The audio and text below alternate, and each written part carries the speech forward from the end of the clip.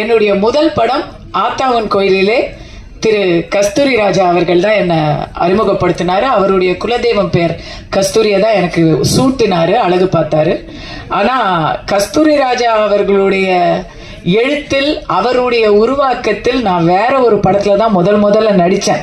அப்போ முதல்ல நடிச்ச அந்த படத்துல இருந்து ஸ்டில்ல முதல்ல போட்டது ராம்ஜி அவர்கள் தான். அந்த படம் வரல. உங்களுக்கு ஞாபகம் இருக்கு, எனக்கு ஞாபகம் இருக்கு.